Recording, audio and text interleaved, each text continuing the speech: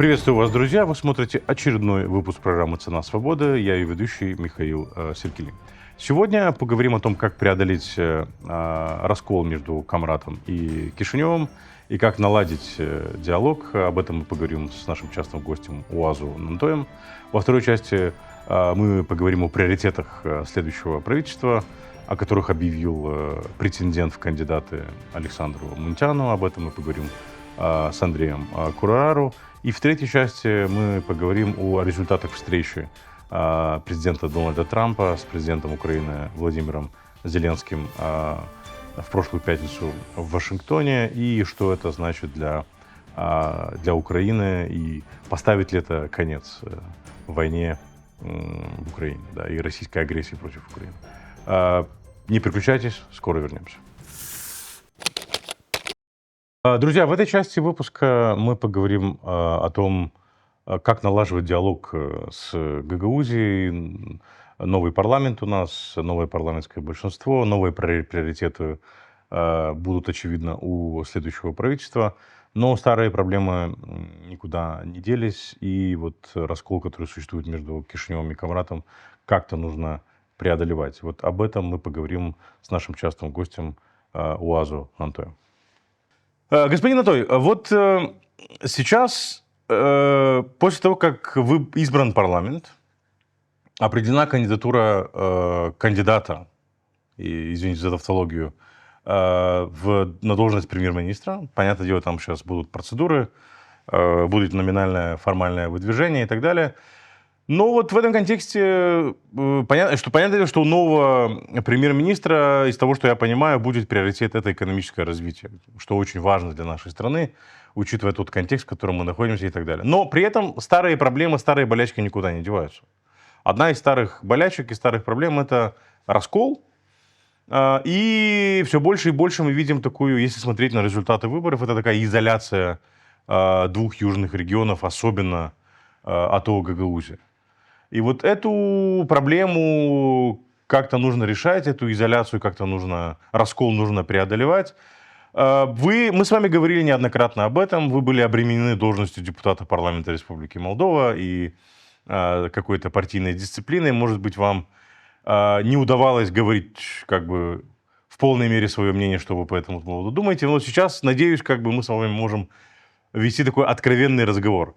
Что делать для того, чтобы преодолеть эту проблему, господин Натой? Понятное дело, диалог – это все красиво, но вот если говорить серьезно. Я отношусь к тем гражданам Республики Молдова, которые считают, что нужно уважать Конституцию и нужно соблюдать законодательство.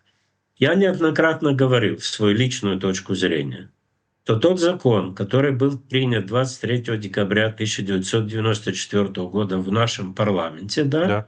он отражает ментальность, уровень некомпетентности, клише, стереотипы, фобии того периода времени.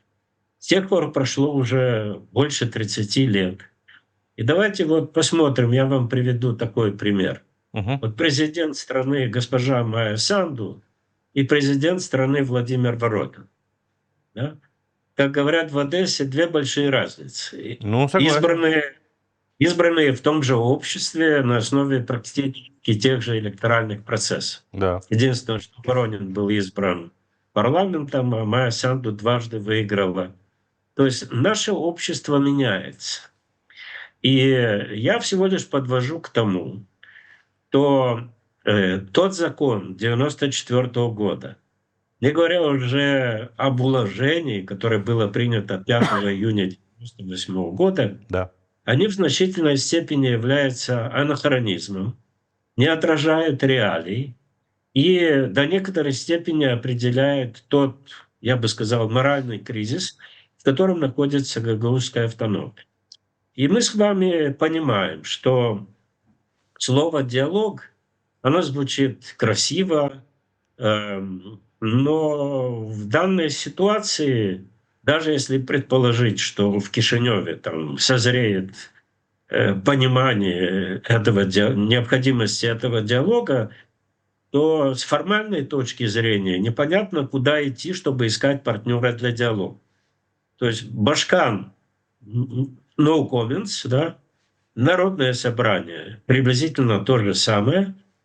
И я давно уже понимаю, что в гагаузской автономии, к сожалению, создана атмосфера нетерпимости, иногда даже психоза. Да. И в этой ситуации, как мы говорим, люди, которые имеют свою точку зрения, они просто предпочитают, ну, как это, грубо говоря, не высовываться, да? И получается, что имидж гагаузской автономии формируется вот этой кучкой крикунов, которые зачастую, мы знаем, имеют особое отношение с тем, который называется Илон Шор, и тем, кто за Илоном Шором стоит. И предпочитают с Поэтому, такими иметь особые отношения, кто бы это ни был. Да. да, безусловно, безусловно. Да.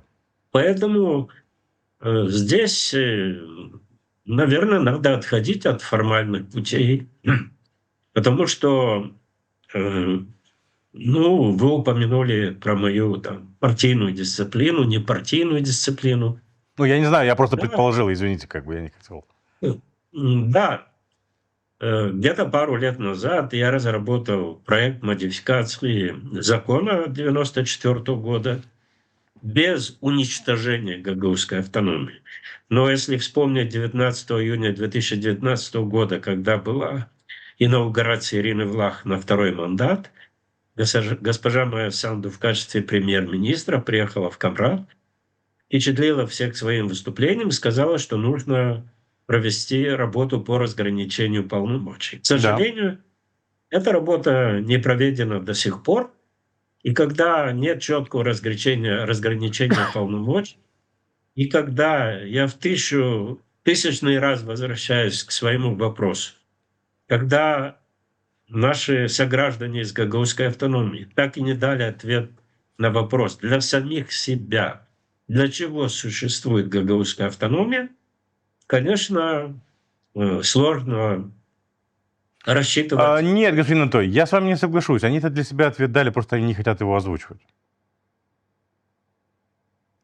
И вы Нет, этот ответ подождите. тоже знаете, как бы. Нет, Поэтому. ну подождите. Если мы говорим о том, что Республика Молдова идет в Европейский Союз, если мы говорим о том, что у нас демократия, Да, если мы говорим о том, что у нас плюрализм мнений и свобода выражения мнений, да. так я возвращаюсь к той удручающей ситуации, что в гагаузской автономии, к сожалению, с плюрализмом мнений большие проблемы. Потому Э, что, ну, давайте так, я не хороший.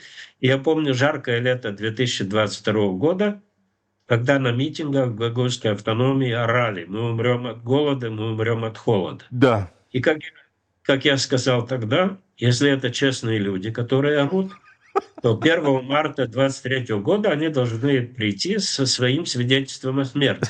Никто не Потому пришел, что согласен. никто не пришел. Это получается, что эта кучка горлопанов Да. запугивает, дезориентирует и наускивает жителей автономии, в данном случае на желтую заразу. И согласитесь, что в такой атмосфере трудно вести такой академический разговор о том, для чего должна существовать автономия, каков должен быть законодательный базис для этой автономии, потому что, я повторяю, и закон от 1994 года, и уложение от 1998 года, и даже 111 статья Конституции, которая была изменена по инициативе Владимира Воронина и партии коммунистов, которые имели тогда конституционное большинство, они, на мой взгляд, являются препятствием для того, чтобы гагаузская автономия нашла свое органическое место в государственном устройстве Республики Молдова. Но что делать? Я не Ну, готов сейчас. давайте остановимся здесь на секундочку, господин Анатолий. Смотрите, последний Верховный Совет МССР, который стал переходным, да, уже, который провозгласил независимость, который провозгласил суверенитет и так далее, он был избран по мажоритарной избирательной системе. Вы не мне вам рассказывать. А потом в 1994 году с принятием, я так понимаю, новой конституции перешли на, или даже раньше перешли на пропорциональную систему. Нет, раньше, потому что парламент 94 года был избран уже по пропорциональной системе. Вот этот анахронизм под названием мажоритарная система до сих пор существует в Гагаузии. И это, с моей точки зрения, вот сегодня проведите выборы, даже супер будут, если они честными, без денег Шора, без пропаганды Москвы. Все зашло настолько далеко, что будет избран примерно тот же состав Народного собрания. Не говоря о выборах Башкана. Очевидно, когда речь идет о изменении закона об особом правовом статусе, я с вами полностью согласен, его нужно менять, потому что это анахронизм. Уложение Гагаузии, с моей точки зрения, вообще нужно отменять. Зачем нам уложение Гагаузии, если есть закон об особом правовом статусе? Закон об особом правовом статусе есть уложение. Это мое личное мнение, я никому его не навязываю. Но для этого нужно какое-то согласие в Гагаузии. А в Гагаузии никто на такое согласие никогда не даст. Это одна сторона медали. Другая сторона медали. Теперь нету политической партии в парламенте, у которой есть необходимое количество голосов, чтобы внести эти изменения в одностороннем порядке. Но даже если бы и было, никто никогда не пойдет на это без согласия Гагаузии. И мы упираемся в этот самый тупик под названием консенсус. Что с ним делать? Ну, во-первых, я с вами не согласен на предмет того, что обязателен консенсус. Консенсус в Северной Корее. Угу. И я с вами полностью согласен. Давайте по памяти процитирую закон от 1994 года. Да. Там сказано, что в Народное собрание избирается не менее чем от одного депутата от каждого населенного пункта и не менее 5000 голосов для каждого избранного депутата. Не более, по-моему, если я не ошибаюсь. И не более. Не менее. Окей. Один депутат на 5000 избирателей. Вот примерно так. Да. Если мы посмотрим на электронный регистр избирателей, то мы видим, что в Гагаузской автономии, кажется, 129 тысяч избирателей. И это максимум, то, что дает электронный регистр Республики Молдова. Списки, которые формируют местные, там еще меньше. Да. В то же время в уложении написано однозначно. В Народном собрании 35 депутатов. Но мы знаем, что закон превалирует над уложением. И получается, что согласно закону от 1994 года в Народном собрании никак не больше 26 депутатов. Не получается. 25. Это один момент. Второй момент. Депутат Народного собрания господин Чимпаеш еще несколько лет назад обратил внимание на абсурдность избирательной системы в Гагаузской автономии в Народное собрание. Да. Когда от какого-то населенного пункта кандидат получает 150, 200, 300, 400 голосов и гордо становится народным избранником. И председателем Народного собрания. Давайте дальше будем. Я уже молчу про Ферапонтьевку, которая дала миру династию Односталка и дежурного депутата в Народном собрании господина Константина. Да. И господин Чимпаеш пытался найти какую-то другую формулу.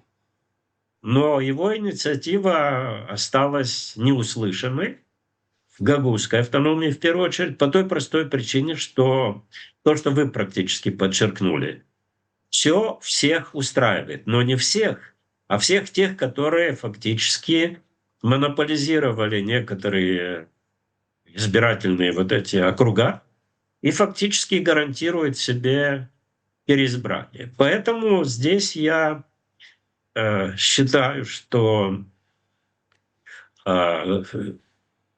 центральная власть должна инициировать диалог, но центральная власть не должна становиться заложником или заложницей вот этой группы, которые узурпировали право говорить от всех граждан Республики Молдова, живущих в Гагаузской автономии. В конечном итоге, если мы посмотрим на статус Тирольской автономии, я здесь сразу хочу подчеркнуть один момент. Я не тороплюсь прятаться за тем, что это европейский опыт. В Европейском Союзе тоже есть свои проблемы, но тем не менее. И разный опыт там есть, да. Опыт там разный, да. Если мы смотрим на статус Тирольской автономии, то там есть и соображение национальной безопасности итальянского государства, конечно, которое является фактором, для того, чтобы отмены некоторых законодательных местных актов, для распуска местных органов избранных и так далее, и так далее. Поэтому, И с давайте, одной я вот здесь вот, стороны, если можно, давайте не забывать, что в центре Больцана долгое время находилась очень большая военная база Италии. Ну, для реакции в случае чего, скажем так. да, но я в то же время хотел бы обратить внимание на следующий момент. Я лично считаю, что одной из больших проблем для всей Республики Молдова, вы упомянули, что речь идет не только о гагаузской автономии, но и в других регионах Молдовы есть определенная поляризация, да. Да. Я, например, много общался со своими коллегами, бывшими коллегами из Верховной Рады. Они приезжали неоднократно в Молдову, мы сотрудничали с ними, мы помогали детям, беженцам из Украины интегрироваться в молдавское общество, сохранить свою украинскую идентичность. И они высказывали свое недоумение. Почему в населенных пунктах с преимущественно украинским населением дети учатся на русском языке, и, соответственно, страдает как знание румынского языка, так и знание родного украинского языка. Да. Поэтому я считаю, что есть проблемы, которые относятся не только к гагаузской автономии. Года 3 назад или 4, я помню, было мероприятие с выпускниками лицеев и гимназий во всей гагаузской автономии. Да. Очень красивое мероприятие, красивые детки счастливые, счастливые родители. Единственное, что мероприятие длилось 2 часа 35 минут, и за это время только по инициативе детей было сказано несколько фраз на гагаузском языке и ни одного слова на официальном языке этой страны. Поэтому здесь я говорю, прежде чем замахиваться на закон об особом юридическом статусе гагаузской автономии, хорошо было бы критически подойти к нашей образовательной системе, потому что образовательная система в первую очередь должна готовить граждан этой страны. А не так давно я был в гагаузской автономии, неважно где, и мне люди, связанные с образовательной системой, говорили о том, что дети 6-7 класса, да, гагаузской автономии перед выборами 28 сентября открыто говорили, лишь бы не Майя Санду. Подтверждаю. Это дети, да? И возникает вопрос в таком случае, все сводится к тому закону 94 года или надо критически пересмотреть многие фундаментальные вещи, в том числе или в первую очередь образовательную систему, которая должна готовить граждан этой страны. Но это комплексная проблема. То есть тут нужно решать все одновременно. То есть как бы... Согласен. И более того, если ты хочешь, чтобы что-то изменилось через 4 года, ты сегодня должен начать готовить кадры для этого изменения. То есть за ночь, это 28 июня 1940 года, за ночь все перешли на русский язык, да? Без переходного периода. Но мы же идем в Европу. Ну, да. Поэтому здесь нужен комплексный подход, и здесь остается только вот сожалеть, что нет диалога. Вернее, все он есть, но он не публичный. Мы же с вами знаем, что люди общаются из Кишинева, из Камрата, и не только. Да, мы знаем, что исполнительная власть работает с примарами. Я являюсь свидетелем того, что Министерство образования запустило определенные проекты. Но это, как говорят математики, это все необходимо, но недостаточно. Нужно обсуждение, которое приведет к пониманию всего комплекса проблем с тем, чтобы работать над консолидацией нашего общества. Здесь я хочу напомнить, что последние пару лет мы все говорили, утверждали, кричали «гибридная война». Да. Но я давно пришел к выводу, что инструментарий гибридной войны отражает наши слабости. Да. То есть, если люди готовы продать свой голос и не понимают, что они тем самым поджигают дом, в котором мы все живем, тогда Кремль будет запускать эти грязные деньги.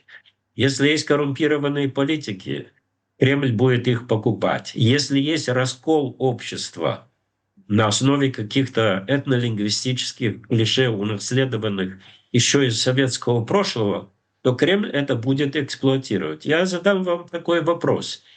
Когда мы говорим «гагаузский народ», гагаузы из Одесской области — это гагаузский народ или не гагаузский народ? Хороший вопрос. И, насколько я понимаю, среди гагаузов из Украины нет желающих сфотографироваться с Путиным. Ну, очень много тех, кто не желает. Да. Да, поэтому я говорю, мое личное мнение, что мы зачастую ошибаемся, когда делаем упор на этничность, то есть гагаузы, болгары. Фактически, это моя личная точка зрения, мы еще не избавились от совкового менталитета. И этот совковый менталитет по-разному проявляется в разных регионах, среди разных этнических групп. Потому что те же украинцы, например, были шокированы, когда я им продемонстрировал социологический опрос в ноябре 2014 года, когда 72% опрошенных украинцев сказали, что Крым вошел в состав России легитимным путем. А я приведу вам другой совершенно неприятный пример. После референдума и второго тура президентских выборов меня нашли люди из одного села с севера Молдовы, которые сказали: господин Антой, вот в нашем селе где-то 30-35 сторонников европейской перспективы для Молдовы. Почему к нам в село никто не приходит, только представители Шора и социалистов? Я проконсультировался с коллегами, которые отвечали за избирательную кампанию, и они не сказали: Домнун Антой, мы работали там, где имели шанс получить голоса.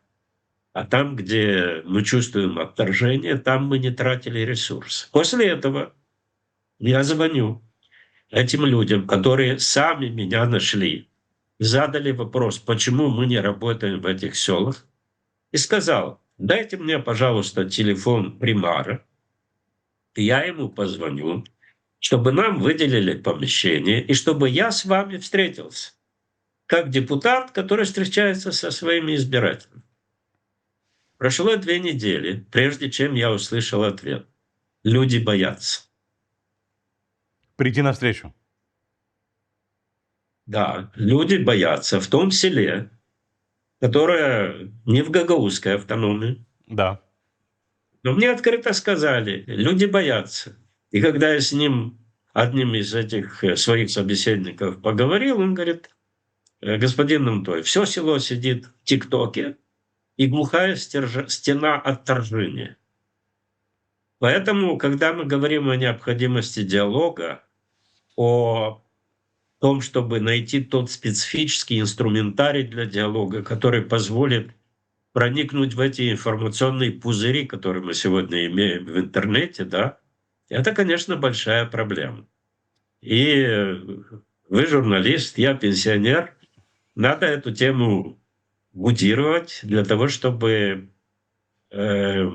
новоизбранные депутаты в парламенте, особенно те, которые искренне хотят видеть Молдову в Европейском Союзе, поняли, что принятие европейских норм и законодательных актов еще не обеспечивает органичности процесса европейской интеграции. 25 ноября 2023 года, кажется, в парламенте было одно мероприятие, где были представители парламентов стран Евросоюза. Я выступил с своим докладом на предмет вызовов, с которыми сталкивается Республика Молдова. И тогда я считал, и сейчас я считаю, что одна из главных проблем — это отсутствие внутреннего единства. И в этом направлении нам необходимо работать. Другое дело, то для того, чтобы принять там постановление правительства, найти деньги и построить дорогу, это можно уложиться в один электоральный цикл. А единство общества — это длительный процесс микрохирургии, скажем так, психология, которая должна длиться, эта политика, над электоральными циклами. Это должен быть национальный проект. И все политики, которые будут стараться эксплуатировать внутренний раздрай, их нужно отправлять в политическую помойку или на кладбище.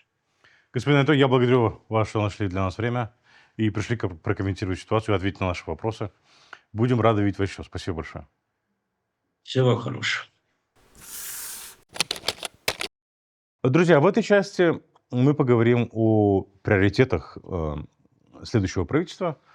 Кандидат на должность премьера, или как тот, которого будут номинировать со стороны ПАС на должность премьера, Александру Мунтяну, уже дал 2 интервью, и более-менее, ну, с моей точки зрения, стало понятно, чем он хочет заниматься, как бы, каковы его приоритеты, и насколько он в целом хорошо понимает или хорошо оценивает политическую ситуацию в Республике Молдова.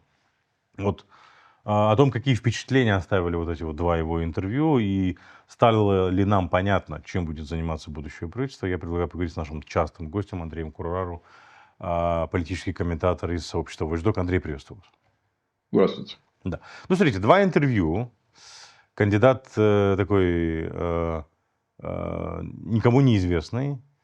Александру Мунтяну очень внушительное CV, но сразу же как бы вот такую ложку дегтя в бочку меда налили наши коллеги из Райс и других изданий, что в принципе как бы нормально, это их работа, да.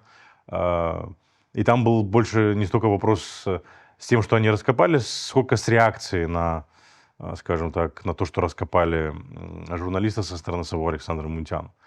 Ну, вроде как бы удалось ему это все преодолеть, ответил он на эти вопросы. Теперь самый главный вопрос вообще, как бы, как вы оцениваете вот его заявление в плане того, что он собирается делать, насколько это реалистично, да, и насколько вообще в целом он хорошо оценивает политическую ситуацию, с вашей точки зрения?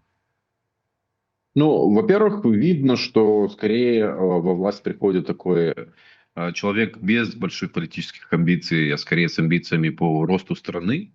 Это хорошо, потому что понятно, что особенно человек без вот тех репутационных подвижек, которые, например, были у господина Речана, все-таки был до этого и министр внутренних дел, и не только, ему сложнее было бы прийти и говорить о каких-то политических проблемах или о каких-то амбициях. То, что мы сейчас видим, это нацеленность на то, и чтобы производить реформы, в том числе реформы, которые могут быть неприятными. Понятно, что в приоритете будет реформа административная, чтобы укрупнить районы, которые есть в Республике Кстати, Молдова. давайте вот здесь вот остановимся. Откуда вообще вот эта идея, что этот будет приоритет? Потому что я не вижу, чтобы там был приоритет, это не было заявлено у правительства. Да, мы долго говорим об этой реформе, мы долго говорим о ее необходимости, но она как-то постоянно откладывается вот в долгий ящик. Я, честно говоря, не вижу намерений у партии ПАС сделать эту реформу. Или у вас есть другая информация по этому поводу? Мне кажется, что это связано с региональной системой Евросоюза. Я не видел еще докладов насчет этой части кластеров, которых будут открывать, но, скорее всего, нам нужны более крупные регионы, которые смогли бы получать европейские гранты, потому что понятно, что там есть и проблемы с кофинансированием, то есть если у тебя маленький район, он не сможет там дать 10% от не знаю, там 50 миллионов долларов, и в этом смысле понятно, что проблем 2. То, что есть очень много, скажем так, синекурий, разных президентов районов, у которых бюджет меньше, чем у не знаю, притур Рыжкановки в Кишиневе. Либо, скажем так, есть такие населенные пункты, где главный работодатель — это мэрия. Это Да. вообще, мне кажется, из ряда вон выходящего. И в этом смысле есть необходимость эффективности, есть необходимость подготовленности к тому, чтобы вот все эти проекты реализовывать. Посмотрим, насколько это будет возможно, посмотрим, насколько такие реформы будут необходимы. Но я думаю, еще один элемент, который можно определить из того, что говорит потенциальный кандидат в премьеры еще, это эффективность политической, в экономической политике страны, в смысле того, что будем делать и с госпредприятиями, и с отношением с разными монополистами или полумонополистами в Республике Молдова, как будем создавать условия, чтобы приходили новые инвестиции в Республику Молдова. И самое интересное, что, мне кажется, сказал, и это, наверное, будет красная нить его мандата, если его выберут премьером, то, что он сказал, что он не боится непопулярных реформ, даже если они не популярны, это не значит, что это не хорошая идея. Это не значит, И что, в этом, что они не принесут да. пользы, скажем так. Да. И в этом смысле я думаю, что вот идеальный мандат для господина Мунтиана — это такая тонкая грань, где идет экономический рост, растут пенсии и зарплаты, и в параллели мы видим большую либерализацию всего, что касается рынков, всего, что касается господдержки разных категорий населения, не тех, которые, скажем так, традиционно мы думаем, что мы поддерживаем. Ну, например, тех же аграриев, которые получают гигантские количества субсидий от государства, либо других категорий, которые лучше бы инвестировали свои деньги в эффективность своего бизнеса, чем потом требовали от государства каких-то субсидий и других возможностей. А то, что понятно еще из профиля кандидата, это то, что он даже своим личным авторитетом сможет принести в Республику Молдова больше инвестиций, больше возможностей. Но, опять же, тут очень зависит от того, как он сможет проецировать свою независимость как актора. То есть для меня критических момента два. Это сама программа правительства и кто будет в этом правительстве.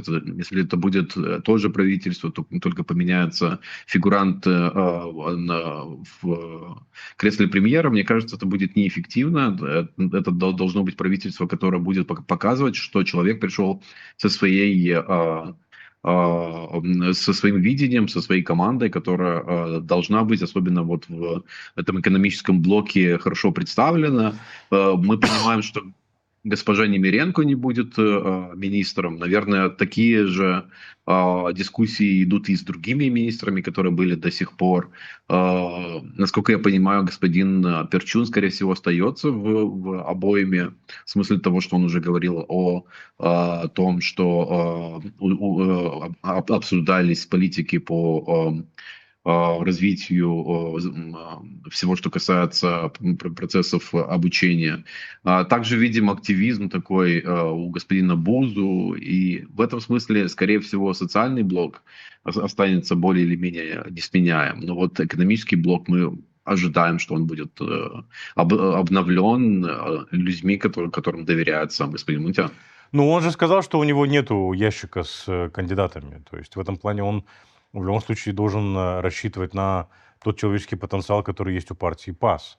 Когда вы говорите, допустим... И он, кстати, не готов отвечать на вопросы относительно того, кто останется, кто уйдет, и даже на вопрос, а сколько останутся, сколько уйдут, он тоже не готов об этом говорить. Вы говорите, что если поменяется только премьер, останутся все остальные, то это, скорее всего, будет зависеть от того, что как бы не будет никаких перемен. А почему вы приходите к такому выводу? Я не говорю, что не будет, это оптика. Оптика влияет на то, как инвесторы будут рассматривать Республику Молдова. Мгм. Понятно, что нет идеального кандидата, у которого в телефонной книжке есть 7-8 специалистов, которые могут стать министром здравоохранения, министром инфраструктуры и министром соцзащиты. Но еще понятно, что если не будет хотя бы пары ставленников этого премьера, будут вопросы, насколько он независим как актор, насколько он может проводить те реформы, которые ему нужны, которые он видит как абсолютно Необходимое, да? краеугольные для своей программы, и как эта программа будет реализовываться.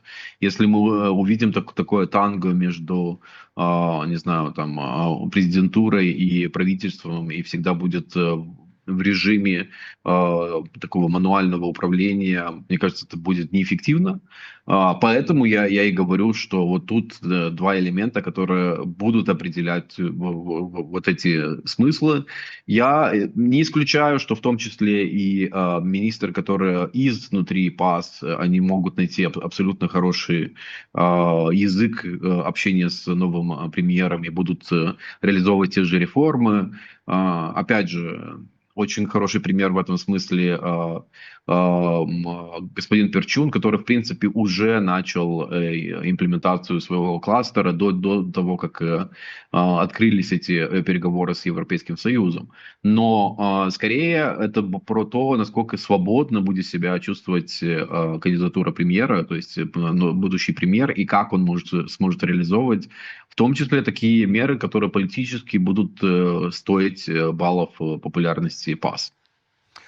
Ну хорошо, когда мы говорим о самостоятельности, мы, мне кажется, упускаем также момент, связанный с политической ответственностью. Ну, как бы мы не можем исключать из этого уравнения президентуру. И как мы не могли исключать из этого уравнения президента, когда речь шла о выборах и переизбрании партии ПАС. Да, с одной стороны, голосовали все за ПАС, с другой стороны, все понимали, что лидер ПАС — это Майя Санду.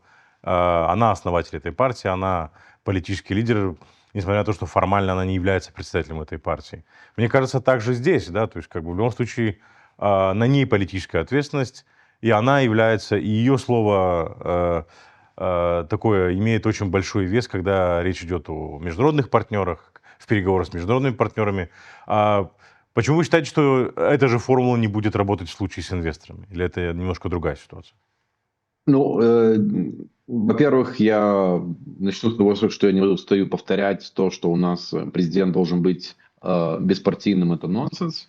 Это такие элементы политики 20 века. Человек, который выбирается народом, не может не иметь команды, не может не собирать, например, те же финансовые средства. Это означает, что мы даем возможность выбираться только тем, у которых личные какие-то средства есть, либо тем, которых поддерживают какие-то силы извне или силы, у которых есть такие финансовые возможности. То есть вы против концепции беспартийного президента, я правильно понимаю? Ну, он просто, скажем так, технически этот президент всегда будет от кого-то зависеть неформально. Лучше оформить эти отношения, потому что это дает транспарентность, это дает возможность контроля, кто за этим президентом стоит и какая команда его или ее поддерживает.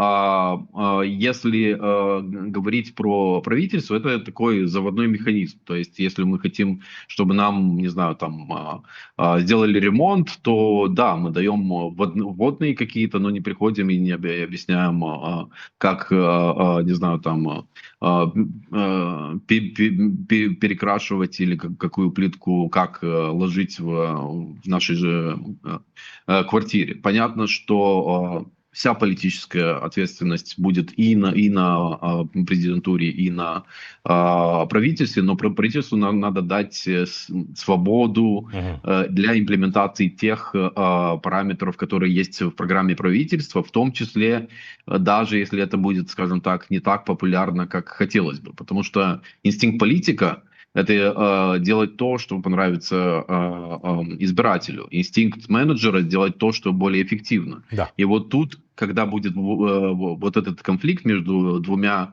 видениями, то есть давайте популярно будем и делать эффективно, то тут уже да, возникает вопрос. Да. И вот тут должен быть такой люфт для того, чтобы премьер, конечно, не имел абсолютную власть, но имел возможность даже делать то, что не совсем логично со стороны политического процесса, но абсолютно необходимо, например, в процессе евроинтеграции. И поэтому мы говорим о возможностях реализации этих программ и свободной руки премьера, который, например, должен давать какие-то особые условия для инвесторов и так далее. То есть это может быть не совсем популярно в смысле выборных каких-то процессов, но абсолютно необходимо для того, чтобы растить экономику. То есть у нас видение, как правило, такое упрощенное. У государства есть деньги, государство должно делиться с пенсионерами и так далее. Но для того, чтобы у государства были деньги, надо собирать налоги. Чтобы собирать налоги, нужны инвестиции, нужен реальный сектор экономики, и он тоже должен быть реформирован. То есть должны приходить такие акторы, которые не будут требовать у государства денег за какие-то компенсации или субсидии, а наоборот, они будут реально помогать теми деньгами, которые оплачивают как налоги для того, чтобы росли и пенсии, и другие социальные выплаты.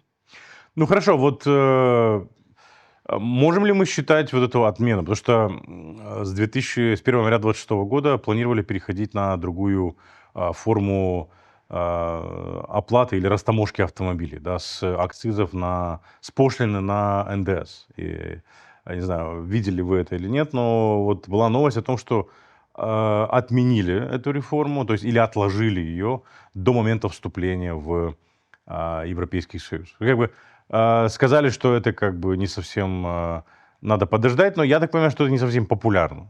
То есть не будем ли мы идти вот таким же темпом к Европейскому Союзу, вот откладывая реформы необходимые до момента вступления? Я бы сказал, что тут талант нашей команды переговорщиков с Евросоюзом. И это говорит о том, что все те меры, которые касаются, во-первых, простого человека, Мгм. они могут быть реализованы с какими-то условиями, чтобы не ударить сразу же по кошельку Мгм. семейному или по другим элементам. Почему? Потому что это очень быстро находятся какие-то серые схемы. Мы помним, например, как в Украине все катались на каких-то балтийских номерах, или Мгм. как в какой-то момент в Республике Молдова все катались на приднестровских номерах, пока эта возможность не отпала. Да. Поэтому лучше создавать такие системы, где этот шок экономический, он гасится тем, что есть длинные периоды имплементации, люди понимают, что у них есть, например, зона, где они могут купить себе автомобиль, импортировать его по дискаунтной какой-то цене, получается, а потом этого не будет, и уже решать для себя, брать, не знаю, там, автомобиль в лизинг сегодня или копить и платить немножко больше в момент интеграции в Европейский Союз. Если помните фейк про то, что мы будем продавать все свои аграрные земли, он тоже зыждался на том, что нету фундаментального понимания, что Евросоюз не хочет жить хуже для человека из Республики Молдова, а наоборот, когда уровень достатка будет таким же или по среднему по палате в Республике Молдова, чтобы не было каких-то элементов, что вот есть протекционизм от государства на один элемент или на другой. Например, Румыния 7 лет взяла такую паузу на продажу земли. Земля стала, скажем так, стоить как по среднему в Евросоюзе, уже спекулятивно никто эту землю не покупал. Вот Мгм. тут такая же логика. То есть ты даешь возможность людям решить для себя, чтобы они не сказали, вот, для меня евроинтеграция это означает, что я не могу купить сегодня машину по какой-то более маленькой цене.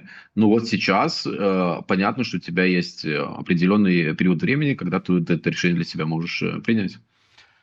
А, Как вы оцениваете вот это вот, я это называю мир, дружба, жвачка, да, то есть как бы peace, love and harmony, да, то есть о том, что претендент в кандидаты заявил о том, что как бы он открыт ко всем, всех приглашает к сотрудничеству, значит, от всех будет слушать, готов выслушать контрибуции, будут созданы какие-то фокус-группы, рабочие группы, то есть как бы, да, вот возле правительства, возле министерств, для того, чтобы вырабатывать какие-то более... не звучит ли это слишком романтично, с вашей точки зрения?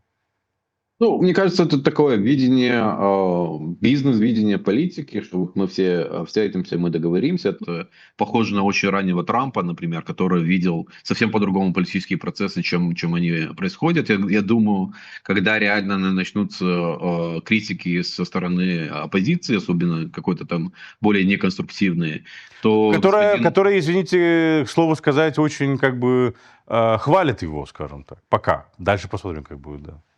Ну, не знаю, я уже вижу, как пропагандистический аппарат Кремля спохватился, что вот у нас новый потенциальный кандидат и один из самых больших телеграм-каналов пропагандистских под санкциями ЕС Рыбарь выдал такую биографию тенденциозную, я бы сказал, там как минимум 7 фейков мы нашли в этой биографии, которые они выдали. Это говорит о том, что просто немножко дольше будут эти методички доходить до наших акторов, которые будут делать ту же дезинформацию. Понятно, что на данный момент пока на него не нападают разные акторы в молдавской политике, те же акторы в сельском хозяйстве, которые, кстати, будут представлены в следующем парламенте. Он хочет такого диалога, но мне кажется, что это довольно-таки наивно. Лучше бы они держались тех правил, которые есть по сообщению с гражданским обществом, по консультации правовых каких-то актов. Это даст лучший результат, чем какой-то консенсусный подход, который в данных ситуации в Республике Молдова не совсем возможен. У нас есть 10 политических формирований внутри парламента. Из них все говорят, кроме социалистов и коммунистов, что они проевропейские, но у всех абсолютно разные видения, что такое евроинтеграция. И найти консенсус — это больше про то, чтобы тратить ресурсы, чем найти, скажем так, общую стезю. Я не вижу, не знаю, таких проектов, по которым бы проголосовал и господин Усатый, и господин Костюк, или потенциально Март Качук. То есть это больше про то, чтобы зафиксировать свою открытость для этих переговоров, зафиксировать, что, например, та же программа правительства будет проконсультирована с этими фракциями, но в конце концов, понятно, как в Молдове происходят эти политические процессы. Оппозиция, как правило, капитализирует критику, а не конструктивный какой-то подход к акту управления государством. Ну, кстати, слово сказать, он, имеется в виду Александр Мунтянов, в интервью в передаче с Анатолием Гули, как бы признал, что оппозиция часто сидит на заборе и кидается гнилыми помидорами. То есть, как бы, эту особенность политики он знает и учитывает, я так понимаю. Андрей, я благодарю вас за то, что нашли время и пришли к нам прокомментировать ситуацию. Будем рады видеть вас еще. Спасибо большое. Да. Друзья, в этой части поговорим о результатах встречи Владимира Зеленского, президента Украины, с президентом США Дональдом Трампом в Белом доме в прошлую пятницу. И каковы могут быть последствия этой встречи и объявленных каких-то следующих шагов, в том числе встреча Путина и Дональда Трампа в Будапеште, которая неизвестно, состоится ли. Вот об этом мы поговорим с нашим частым гостем Дмитро Левусь, политический комментатор из Киева. Дмитро, приветствую вас. Здравствуйте. Ну вот, как вы оцениваете эту встречу? Потому что, чтобы дать контекст для нашей беседы, да, там по итогу этой встречи президент Зеленский дал пресс-конференцию. Значит, потом появились публикации в Washington Post, Financial Times. Очень многие ссылаются на публикацию Financial Times, которая говорит о том, что там, в принципе, была очень такая, ну, тяжелая и накаленная обстановка после того, как удалили прессу на этом ужине, да. И вообще в целом вот эта вот пресс-конференция, где они сидят за столами, тоже выглядела очень странно. Такое ощущение, что такая артиллерийская подготовка и бомбардировка украинской делегации. А за закрытыми дверьми, без прессы, из того, что мы читаем в ваш Financial Times, там были разговоры на повышенных тонах. Трамп швырял карты, которые принес Зеленский. Якобы настаивал на том, что, значит, Зеленский должен согласиться с требованиями Путина, передать России неоккупированные части Донецкой, Херсонской и Запорожской областей. Но по итогу встречи Трамп заявил, что нужно остановить огонь вот по линии фронта. Что же на самом деле было, как вы считаете? Ну, на самом деле не произошло ничего неожиданного. В Окей. общем, то есть, да, для Украины, в принципе, я думаю, что не для одного человека. Ну, у нас, кстати, есть и сторонники Трампа, которые считают, что он все правильно делает, такое тоже есть. И, А чем они это аргументируют? ну, тем, что он лучше знает. Вообще, так, такое тоже есть, да, то есть, и понятно, когда об этом, например, американцы говорят, причем бывшие советские граждане, да, то есть, это один момент.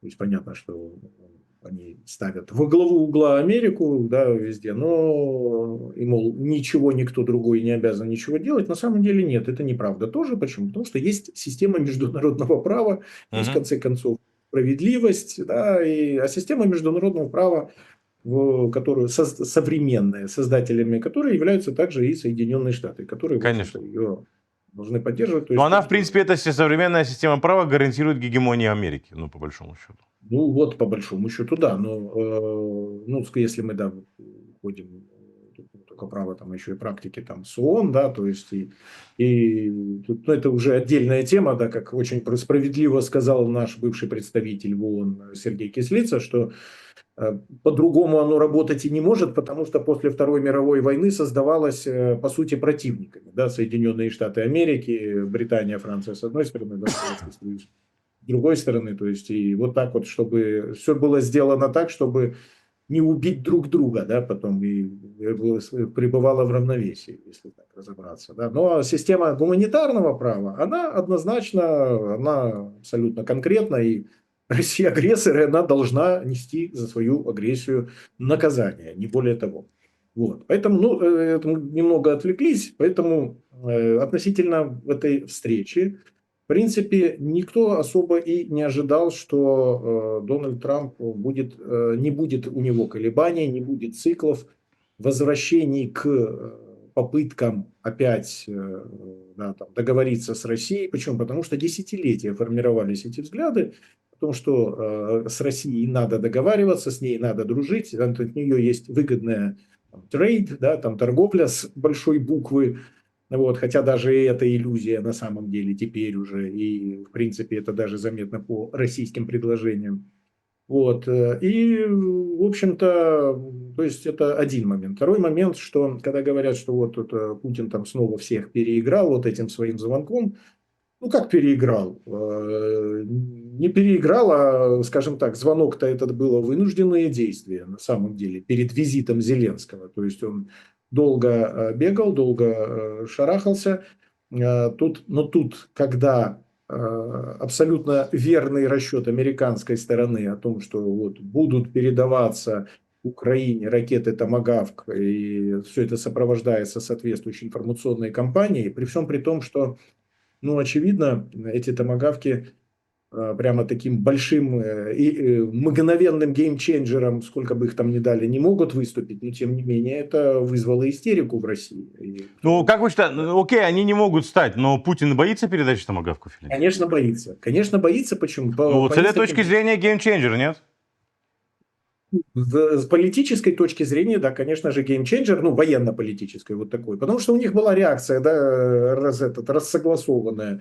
Медведев начал угрожать в ответ атомной бомбой, Путин рассказывает, ничего не больно, курица довольна, да, там мы ну, как он, так он прямо не говорил в этот раз, но это же его вот эти все эти из мультиков и вот это. инфантильное создание, в общем, это абсолютно очевидно.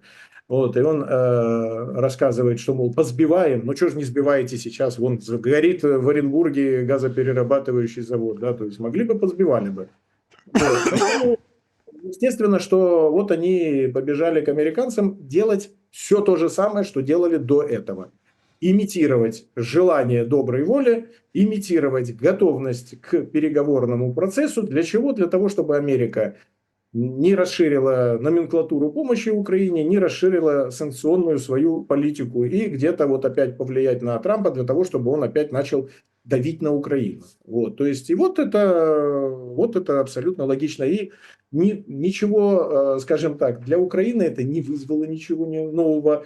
Зеленский, когда прибыл в США, сразу же возле Да, но Трампа с другой стороны, у Украины задача, чтобы он не... То есть у Путина задача держать Трампа в политическом холодильнике, чтобы он не расширял номенклатуру поставок и не увеличивал помощь, и не передавал, скажем так, и санкции. новое вооружение, в том числе и томагавки. У Украины, в свою очередь, другая задача, да, то есть как бы чтобы... Да, чтобы это все было. Да. Но Украина на самом И деле... чтобы там не было какого-то дила с Путиным, да, за счет украинских земель, я правильно понимаю? А за счет украинских земель, пока сама Украина не решит, никакой дил с Путиным невозможен тоже. То есть это, и в принципе, ну, сейчас мы вот, и Зеленский абсолютно правильно сказал, Путин испугался, да, вот он испугался и позвонил, и вот он это сделал. Есть еще, да, моменты какие по поводу задач Украины. Минимально это удержать все на том состоянии, которое сейчас есть. Да, то есть, и, ну, вот без этого, без дела, да, с Путиным, потом та помощь, которая есть, и это то, что вот этот механизм Перл покупки вооружений у США для передачи Украины странами НАТО через, ну, как бы через НАТО. Вот. И есть еще один показательный момент. Что бы там ни происходило за закрытыми дверями, я, кстати, думаю, что там несколько преувеличено все-таки вот это расшвыряние карт, потому что, ну, мы видели, какой бывает Трамп 28 февраля и какие его реакции были потом. То на самом деле изменения в американской политике все-таки произошли. Ну, даже если вот что-то там подобное было, я не думаю, что оно прямо в такой вот степени было, то потом на публике Трамп сейчас говорит о совершенно другом. Да, то есть он, когда его спросили... Ну, там, Трамп по поводу- фактически отрицает, что такое было. Да, он отрицает, и он говорит о том, что вот, он фиксирует, что да, мы предлагаем, мол, закончить военное противостояние по линии фронта. Да, то есть он это говорит. Он, правда, там дальше говорит вещи, которые с такой тоже с точки зрения просто даже и логики, не то, что там справедливости. Вот идите по домам, ну, по домам. Украинцы дома, да, там есть вполне конкретная страна, которая напала, которая должна идти домой. Но, тем не менее, да, скажем так, вот он это фиксирует. Вот, поэтому это тот позитив, который на самом деле есть. Относительно встречи Путина с Трампом. В Венгрии, давайте так, в Венгрии, да? Которая... В Венгрии, в Будапеште, да. Еще на прошлой неделе, заметьте, разговоры шли о Турции. Причем очень уверенно разговоры шли об этой Турции и о том, что какие есть возможности у Эрдогана. И более того, это было даже логично где-то. Да? То есть, ну, поскольку это уже переговорная площадка, это уже и Турция, скажем так, не совсем чужая для Российской Федерации, хотя даже на этом фоне она, ну, удерживает такой некую нейтралитет. Вот. И я думаю, что для России это не совсем приемлемо на самом деле встреча на высшем уровне в Турции. Ну, мы видели, как от Зеленского откровенно трусливо бегал Путин в конце мая, в начале июня, когда уже вроде бы тоже предварительные договоренности были, когда Украина с американскими предложениями соглашалась практически со всеми. Да, то есть это, ну вот в марте месяце, когда все началось, Украина в Саудовскую Аравию приехала с предложениями прекращения огня на море, прекращение ударов с воздуха, да, то есть по стратегическим объектам. Американцы сказали, нет, это не подходит, нужно полное прекращение огня. Украина сказала, окей, да, мы согласны на полное прекращение огня. И на этом фоне Москва, конечно же, не могла отказываться, но Москва сказала, да, окей, мы согласны, и тут же навесила туда столько дополнительных этих требований, да, что если оно стало невозможно исполнять, да, ну то есть, ну тем не менее, поскольку это считалось, что это прогресс, Белый дом решил, что это вот так можно, да, сделать. Вот, то есть, то, что происходит. Относительно же вот этой встречи, ясно, что для России это огромная победа, да, то есть, причем очень интересный момент. Вряд ли Дональд Трамп лично, например, некоторые вещи вот символического характера до конца понимает, то есть что считывает. Для Украины, понятно, это символ вот этого Будапештского меморандума, который, мягко говоря, не защитил Украину и который был, ну, откровенным обманом, да, со стороны гарантов. И, то есть один из гарантов теперь еще и агрессор с 2014 года откровенный, а с 22 так просто, да, ведет геноцидную войну. Вот. Для европейцев это понятно. На самом деле эта встреча, она где-то даже как поражение всей Европы, потому что вот в страну, член Европейского Союза, страну-член НАТО прилетает военный преступник, ну он пусть там пока что, да, там с таким институциональным иммунитетом и без суда, но он под следствием Международного уголовного суда уже, да, это уже как бы такой звоночек, а Венгрия подписала Римский статут, поэтому, то есть у нее тоже есть свои обязанности, то есть это уже поражение международного права, да, гуманитарного. И где-то если можно было там сквозь пальцы смотреть на визит Путина в Монголию, которая тоже подписала, ну, хотя тоже это тоже большой вопрос, вот, то тут уже, в общем-то, очевидно, Венгрия, которая не может быть медиатором по той простой причине, что занимает откровенно антироссийскую и антиевропейскую позицию. Это все равно, что делать в Минске сейчас, правильно я понимаю? Да, это, кстати, вот они сейчас с Минском приблизительно равны, но и то. Вы имеете в виду, Венгрия занимает антиукраинскую позицию, правильно? Однозначно антиукраинскую позицию. И тут вопрос же не только там во вступлении Украины в Европейский Союз и в НАТО, она занимает Ну, тут вопрос, да, еще и военная позиция Венгрии, да. и, скажем так, и в 2022 году Венгрия, ну, понятно, что сейчас, я думаю, что со временем-то это точно будет открыто, но Венгрия-то в 2022 году, ну, точнее, да, там Орбан, Сиярто, вот это вот, условно говоря, группировка, если не сказать банда, да, то есть, которая сейчас в Венгрии правит, они были в сговоре с Москвой и были готовы входить их войска в Закарпатье, да, то есть там на самом деле это травма Трианона, так называемая, на всю голову у этих персонажей, мягко говоря. Вот. И то есть вот это вот то, что сейчас, да, мы бы увидели. Но Украина даже согласна на это. То есть Зеленский говорит, я готов приехать, давайте будем говорить. Вот. Но я думаю, что встреча с самого начала, думаю о том, что встреча маловероятна по многим причинам. То есть, во-первых, кстати, тоже вот еще один момент, почему невозможно полное возвращение на старые позиции Дональда Трампа, потому что уже прошла Аляска, и после Аляски, которая не стала прорывом вот этой харизматической личной дипломатии face-to-face. Да, но это фактически было унижение Дональда Трампа, Аляска. Да, и потом Трамп получил, ну, мягко говоря, плохую прессу. Да, то есть на самом деле отзывы и политические, это было политическое поражение внутри Соединенных Штатов. Да, то есть, ну да, он пытался, конечно, представить это все как великой победой, да, но этого не получилось, да.